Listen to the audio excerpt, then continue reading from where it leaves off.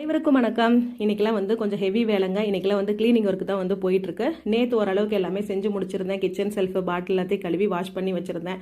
நேற்றே வந்து ஃப்ரிட்ஜெல்லாம் க்ளீன் பண்ணலான்னு பார்த்தேன். சரி, ஒரே மட்டுக்கா செஞ்சால் நம்ம பாடி வந்து தாங்காது. எந்த அளவுக்கு வேலை செய்கிறோமோ அந்தளவுக்கு நம்ம உடல் நிலையும் முக்கியம். அதனால நேற்றே வந்து ஸ்டாப் பண்ணிவிட்டு இன்றைக்கி செஞ்சுக்கலாம் அப்படின்ட்டு காலையில் இட்லி தேங்காய் சட்னி எல்லாம் சாப்பிட்டுட்டு அதுக்கப்புறம் வந்து ஃப்ரிட்ஜ் எல்லாத்தையும் க்ளீன் பண்ணி ஓரளவுக்கு இன்றைக்கி எல்லா வேலையும் வந்து முடிச்சாச்சுங்க. இன்றைக்கி வந்து லேட் ஆயிடுச்சு. சரி, எல்லாமே செஞ்சு முடிச்சோன்னா இன்றைக்கி கால் ரொம்ப நேரம் தொங்க போட்டுகிட்டே உட்காந்துருந்தேன்.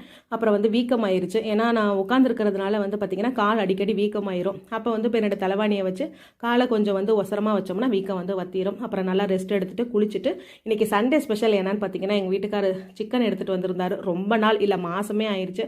சரி, போய் எடுத்துகிட்டு வாங்க அப்படின்றேன். அப்புறம் போய் எடுத்துகிட்டு வந்திருந்தாரு. அப்புறம் குளிச்சுட்டு சூப்பராக வந்து ஒரே நேரத்துக்கு தாங்க சிக்கன்லாம் வந்து சூடாக அது ஒரு நேரத்துக்கு சாப்பிட்டா தான். நைட்டில் இருந்தால் கூட நாங்கள் அவ்வளோக்கா சாப்பிட மாட்டோம். எங்கள் சிவாக்கு கொடுத்துருவோம். ஒரு நேரம் சூடாக சாப்பிட்றோமா அவ்வளவுதான். அப்புறம் வந்து நானும் உட்காந்துருக்கிறதுனால நைட்டு சாப்பிட்டோம்னா ஜீரணம் ஆகாது. அதனால ஒரே நேரம் மட்டும் சாப்பிட்டுக்குவோம். சூப்பராக இருக்குங்க அந்த சிக்கன் தொக்கு.